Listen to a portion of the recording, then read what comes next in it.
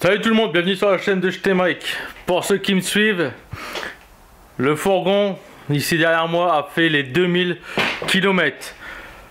Et j'ai des trucs à te dire.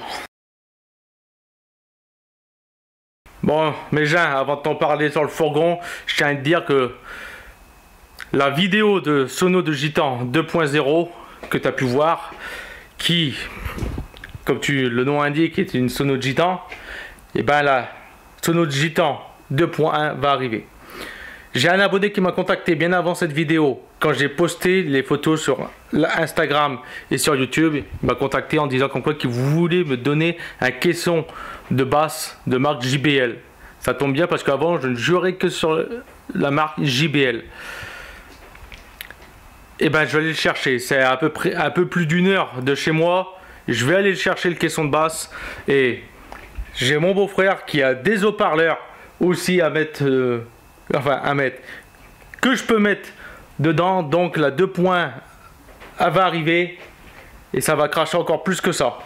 Parler du fourgon, les 2000 km, ça s'est plus ou moins bien passé. Je n'ai pas eu de panne comme tu as pu voir dans la vidéo quand je le passe au contrôle. Le véhicule roule tout le temps. Bon, j'ai un peu cassé le porte-drapeau, mais ça, chez Nigraf. Donc, pas plus tard que hier, déjà pour commencer, la porte latérale, elle est tombée. Donc, je ne sais pas comment j'ai fait mon compte, mais elle est tombée. Je l'ai ouvert. Et en gros, elle s'est dégondée. Elle est tombée. Elle est tombée, mais pas complètement à terre. En gros, la charnière coulissante, elle l'a retenue. Mais elle est un peu pliée. Mais bon, la porte s'ouvre tout le temps. Voilà. Ensuite, qu'est-ce que je pourrais te dire aussi? Oui, les pneus. Tu te rappelles quand j'ai changé les pneus, j'ai pas voulu changer les valves. D'une parce que j'avais pas, et puis aussi j'avais pas l'outil. Mais en fait, sur les 4 pneus, j'ai une valve neuve. Mais les 4 pneus fuient toujours. Voilà.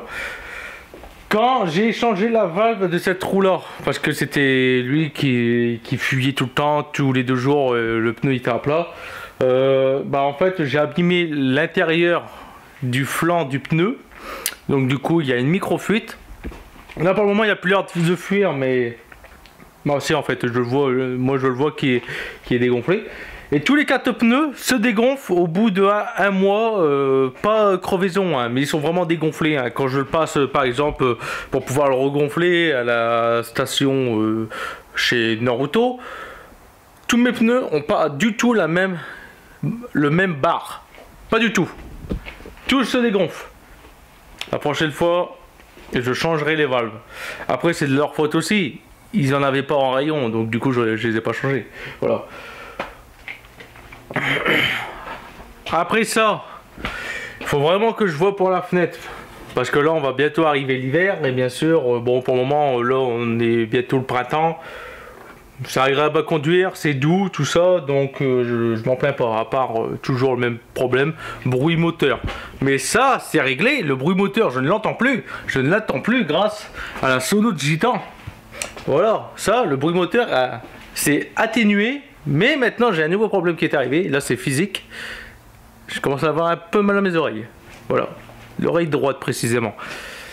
Donc, il va falloir que je baisse un peu le volume de la Sono de Gitan, mais le problème en baissant le volume de la Sono de Gitan, j'ai le bruit moteur qui revient.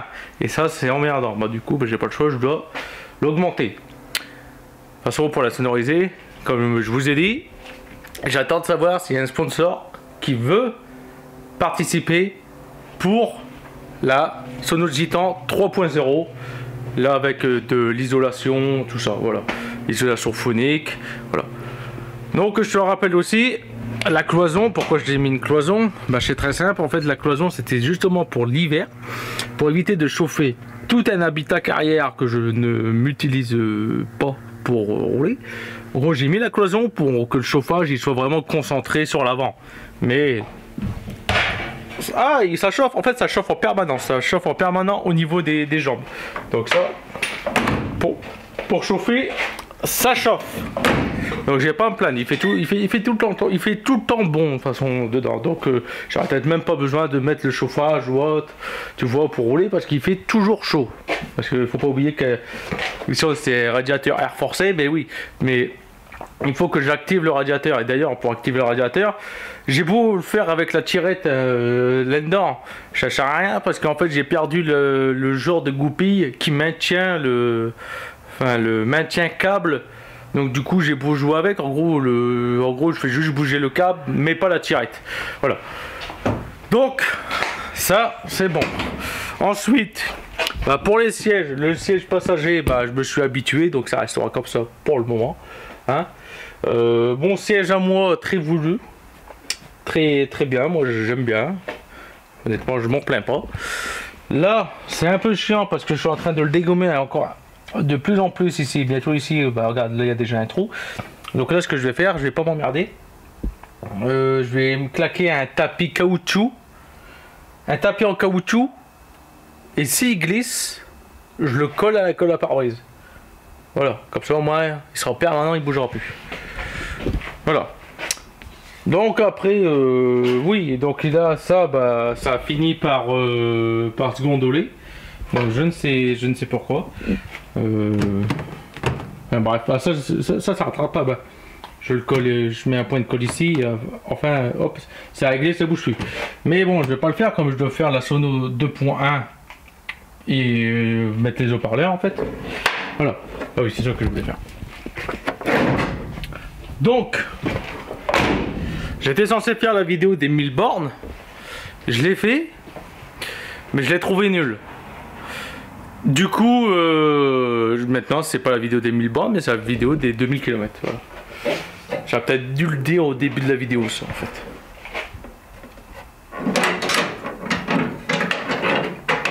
Voilà. Donc comme tu peux le voir, comme tu as pu déjà le voir dans quelques vidéos, je crois même que je n'ai pas parlé, j'avais déjà commencé à sonoriser le capot, mais ça c'était juste à sonoriser pour les bruits moteurs. Comme il y a un abonné qui m'a dit en commentaire, du moins je pense qu'il est abonné, d'aller chercher une isolation phonique capot de n'importe quelle voiture à la casse. Le découper à dimension et venir le mettre ici. J'y ai pensé, oui, d'ailleurs c'est ce que je vais faire. J'y ai pensé et je vais faire ça aussi. Donc il va falloir aussi que je fais le tour des 306 à la casse. Pourquoi les 306? Parce que moi j'avais une 306 et dans ma 306, je me rappelle il y avait un tapis de coffre épais en mousse. Donc ce tapis de coffre c'était pour justement l'isolation phonique. Voilà. Donc je vais en mettre ici, ça sera l'isolation de sol, ça sera l'isolation de sol de la baie de la benne du fourgon. Là, ça c'est le tapis de coffre du ZX Break, donc il est là, mais lui comme je t'ai dit, lui il va venir ici, enfin, du moins c'est possible qu'il va aller là, ou alors ça soit un autre. Voilà. Donc on va essayer de retrouver un truc comme ça, tu vois, ça c'est assez épais, c'est de la mousse, ça absorbe les vibrations et c'est exactement ce que je veux. Donc tu vois, je pourrais en mettre là. Et je pourrais même, si j'arrive pas à trouver de sponsor, tu vois, en prendre plein et venir les mettre ici, tu vois, paf paf paf, et ici aussi, voilà. Alors là tu vois j'ai commencé, mais bon c'est 1 mm machin. La colle néoprène elle le bouffe, elle l'a bouffé, donc c'est même plus de la mousse, maintenant ça a durci et c'est du plastique le bazar.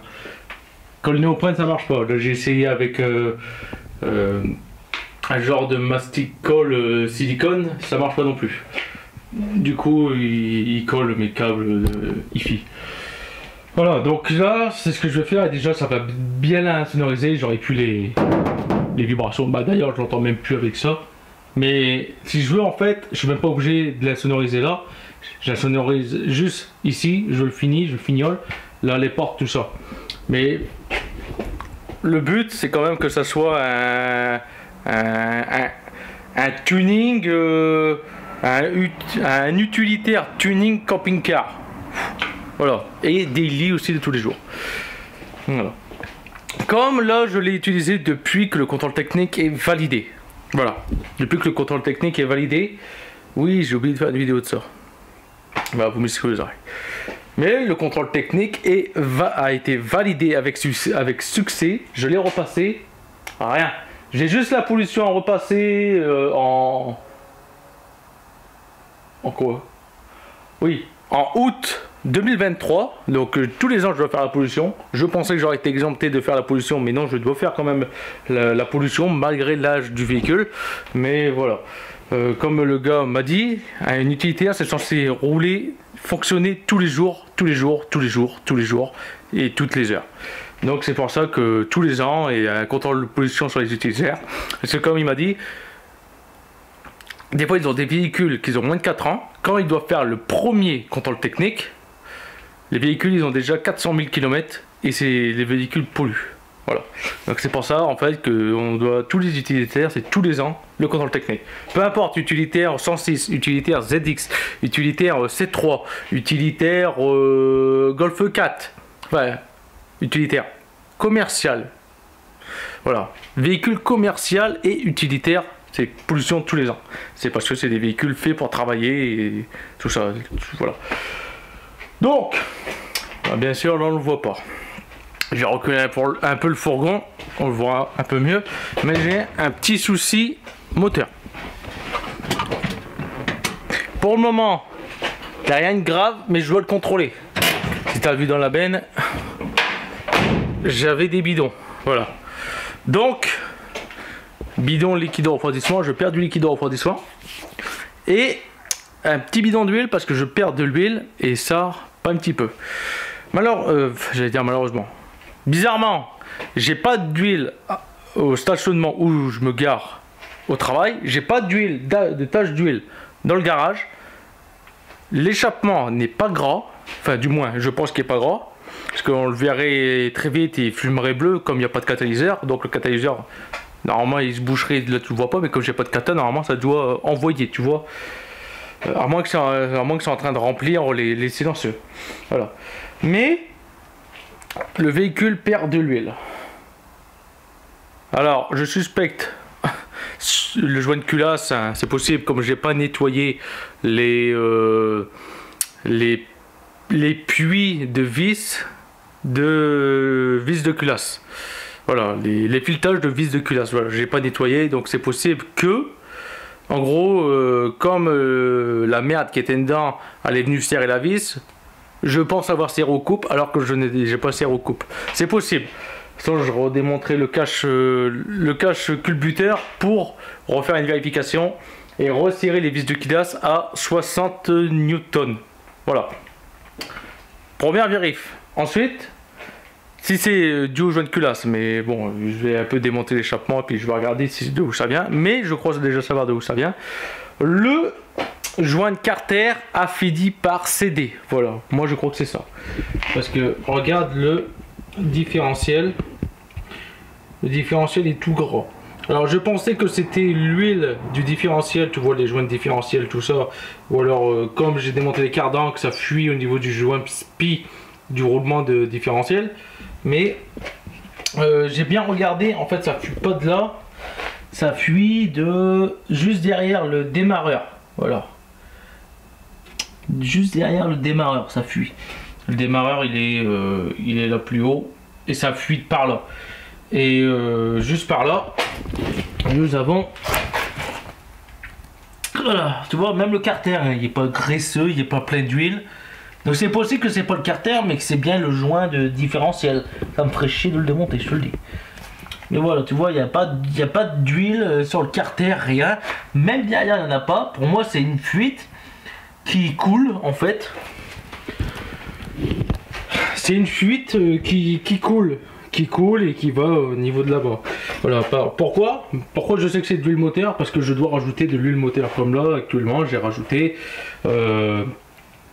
j'ai fait 2000 bornes. Sur les 2000 bornes, j'ai rajouté 2 fois de l'huile. Et j'ai acheté un bidon de 1 litre. Et sur le bidon de 1 litre, j'ai... On s'en fout de la marque, de toute façon, je dois refaire la vidange. Sur un bidon d'1 litre, tu vois, j'ai un 3 quarts. Hein. Voilà, un 3 quarts. Ouais, là, il n'y en a quasiment plus. Dans celui-là. Bon, comme je t'ai déjà dit, fais pas attention. Premier prix, c'est pas du premier prix, il y a 4 huiles différentes là-dedans. Voilà. Donc, je sais qu'il ne consomme pas d'huile parce que j'ai pas de fumée bleue derrière et ça sent pas l'huile. Ça sent juste l'huile des fois à l'arrêt ici. mais l'huile ne tombe pas directement sur le moteur, elle tombe sur le différentiel. Donc c'est soit joint spi de Villebrequin, soit joint Carter. Mais je vais d'abord faire le plus simple et le moins chiant, du moins j'espère. Joint Carter, je vais le changer, je vais le démonter et en même temps je pourrais profiter pour vraiment nettoyer tout le carter. Logiquement il doit être propre, comme quand j'ai récupéré le véhicule, l'essence se mélangeait avec l'huile par la pompe mécanique, vu qu'elle a été corrodée. Logiquement le moteur, vu le niveau d'essence qu'il y avait dedans, c'est pas possible qu'il soit rouillé, c'est pas possible qu'il soit crade. Normalement il a été rincé le carter, le moteur il est rincé. Logiquement je devrais pas trouver de gros dépôts tout ça, mais bon, tu sais, sait-on jamais. Donc ça on fera ça sera une vidéo qui va venir. Comme ça je vais démonter le joint de carter, je vais démonter le carter pour changer le joint de carter, si c'est bien un joint en papier, liège ou caoutchouc, j'en sais rien. Comme ça on va profiter aussi, on va contrôler le filtre à huile, et je mettrai un filtre à huile de Citroën, comme ils ont même pas de vis, la même dimension, qu'il est plus grand, donc du coup je pourrais allonger un peu plus les vidanges. Logiquement c'est préconisé vidange tous les 7500 km. Et ben là je ferai une vidange tous les 8500, 9000 km, voilà.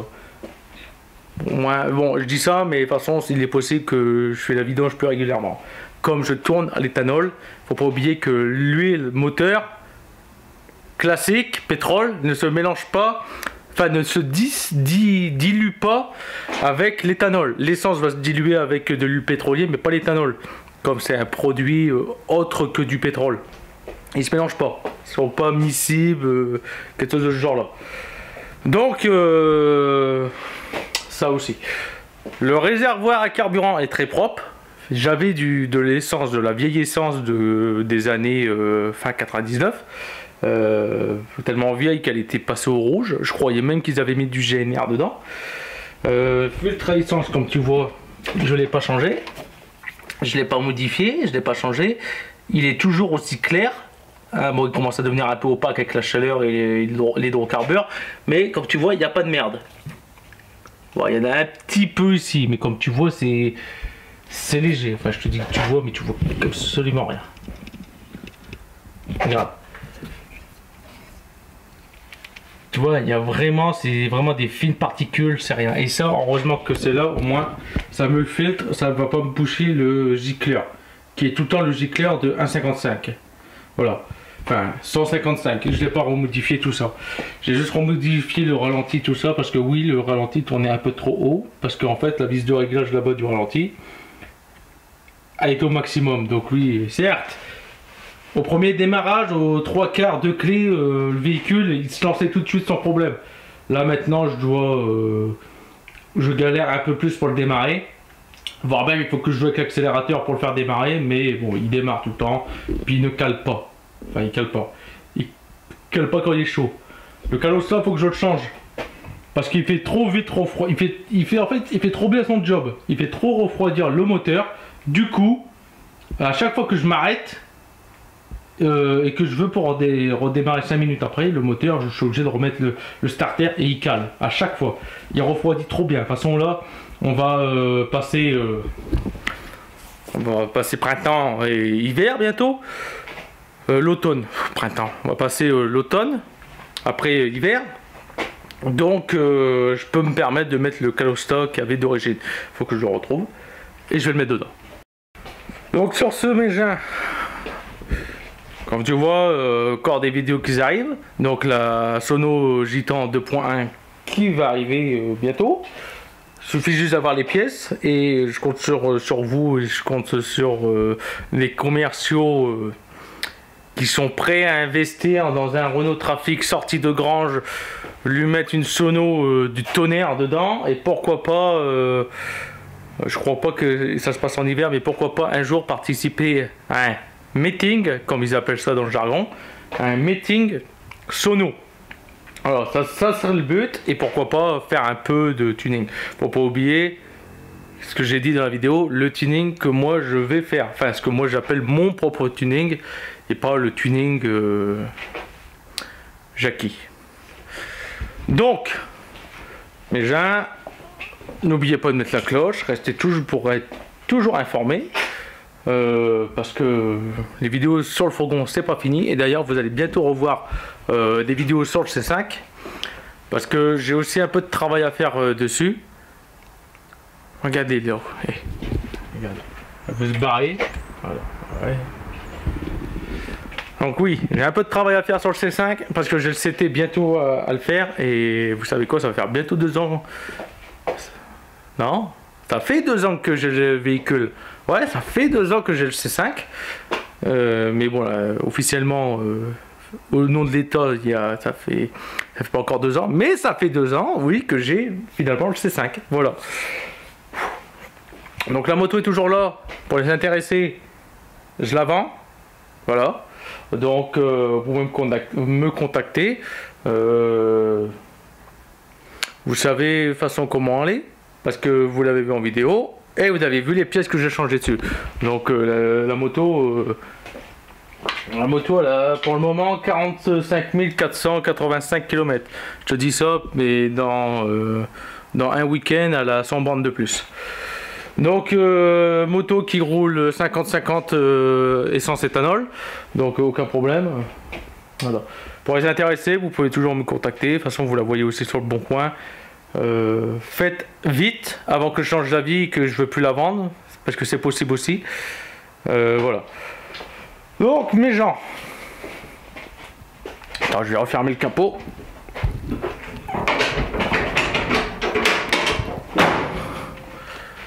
Donc mes gens, tous ceux qui disaient que je faisais de la merde, ou que le véhicule allait finir comme la X, eh ben, laissez-moi vous dire que vous avez tort. Parce que le véhicule, il roule très bien. Il est un peu vieux et on voit quand même qu'il est d'époque. Enfin, d'époque 80. Mais crois-moi que ce véhicule-là, il est pas prêt de tomber en panne. Comparé à vos fouf qui ont été construits après 2000. Voilà. Pendant 2000 même. Pas après. Pendant 2000. Vous avez complètement tort. Mais ça ne t'empêche pas de t'abonner, me laisser un commentaire en disant comme quoi que ce que je dis c'est encore une fois de la merde. Parce que tes commentaires, comme tu le sais, font remonter ma vidéo auprès de YouTube. Font de l'algorithme qui YouTube du coup me les met en avant, et bien sûr ce que tu peux dire comme quoi que je fais de la merde ou que je devrais pas faire comme ça, sache que je m'en bats les couilles. J'ai toujours fait à ma façon et ça ne changera jamais, et ça a toujours marché. Voilà, ce qui compte dans la vie, fais-le, peu importe ce qu'on te dit. Voilà. Et comme j'emmerde souvent les gens, je m'en bats les couilles des critiques. Sur ce mes gens, on se retrouve dans la prochaine vidéo. Et je sais pas ce que ça va sortir. Est-ce que ça va sortir la Sono 2.1 ou alors une autre vidéo que je ne sais pas encore. Voilà. N'oublie pas de t'abonner, un grand gaillard, et un pouce bleu. Ou un pouce rouge. J'aime bien aussi les pouces rouges. Ouais, j'aime bien aussi. Allez, abonne-toi.